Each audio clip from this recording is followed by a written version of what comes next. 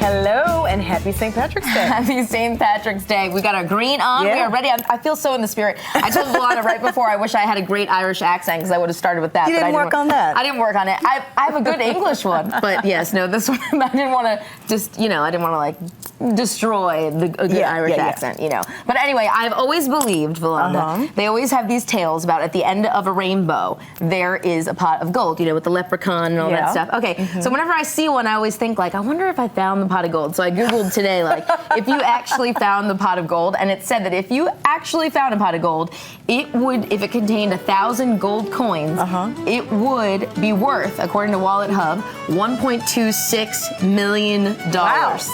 Yeah. So if you see a rainbow today, you better come. It's not going to rain. When are we going to have rain again? I know. So we're not maybe Wednesday. I wasn't paying attention to the forecast, but okay. All I'm saying it. So maybe you won't see. We're not going to get rich today. You could still see. Could you still see a rainbow? No, probably not. No. All right, just saying. Not in Raleigh. Maybe somewhere else. Maybe somebody else will get there rich. happens to be a rainbow today, then there's probably a pot of gold at the end of that one. Well, one thing we do know is that there has long been a battle between Charlotte and Raleigh over supremacy. Ooh.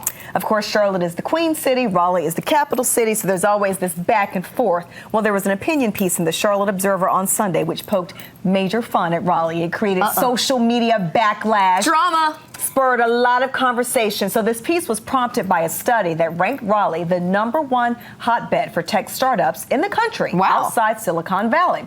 Well, this opinion piece called us a suburb of Cary. Oh. Which we are not. Oh. It also suggested our only hangout spots are Char Grill, or to invent a gizmo that hands you a towel as you step out of the shower. Oh no! I wish I could have. Was I next to you when you read this article? Oh my gosh! Because I feel like Valanda you have a passion for your hometown, so I can't even imagine the outrage. The outrage! Oh my gosh! But anyway, on the WNCN Facebook page, it was posted there, and there is this really interesting string about whether Raleigh is boring. You're new here. Is Raleigh boring? Oh, okay.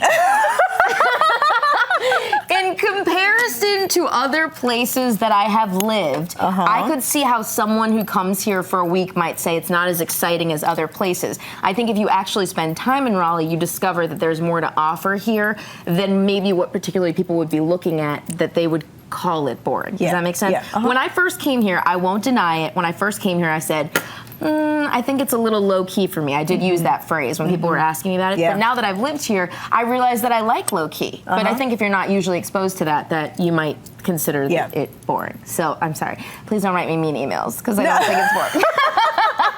I do love living in Raleigh, and I do think it's a lot of fun. And what I do love about it now is I love the low-keyness. I love that I don't have to like dress to the nines when I go out. Everybody's, it's pretty low-key. Nobody's judging you. You can enjoy life and not feel like that. And a lot of other cities aren't like that. Okay, I've lived here since 2001, and I have to say that the 2015 Raleigh is a night and day difference from the 2001 Raleigh. Okay, it has improved dramatically, in my opinion. So you can't see them, but we have a lot of opinions around us. I'm hearing a lot of nodding. I like this Raleigh better. So, worst office habits. What are people saying? Okay, so there was a survey that went out by luxury lifestyle brand Nicosino. I hope I'm saying that right. Workers revealed their colleagues' worst habits and pet peeves. Okay. And the biggest one was smelling other people's food at work. Like the food smell.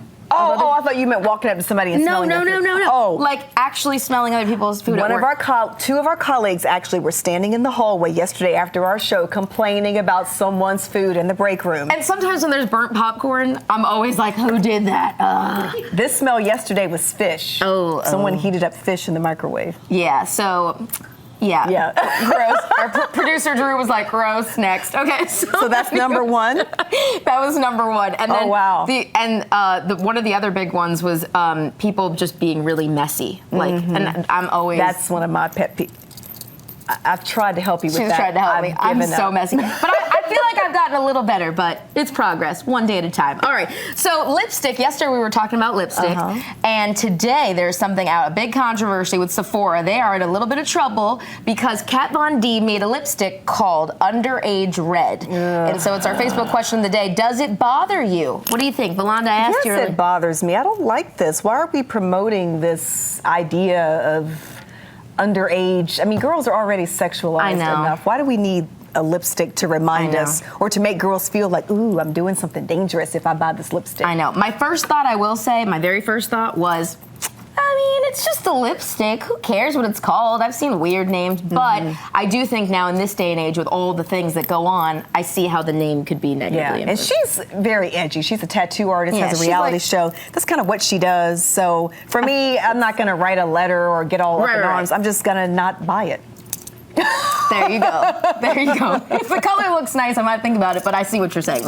Yeah. Okay, so do you want to know what's going on in your home when you're not there? A lot of people sometimes, right? You would want to know if you could. Well, if you have an extra smartphone or an extra tablet, you can do that now with this app. It's our app of the week. Cameo saved basically 30 days worth of video in the cloud, which you can watch from anywhere, which if you have an iPhone, you know the iCloud basically is where they save all that. So you could go home, leave your iPhone there, and you could see everything going on in your house. Like we could be at work, and I could be like, turn it into a security camera. And I could be like, Alana, look what's going on in your living room. Yeah. You know. So anyway, could be something cool for you out there. Okay.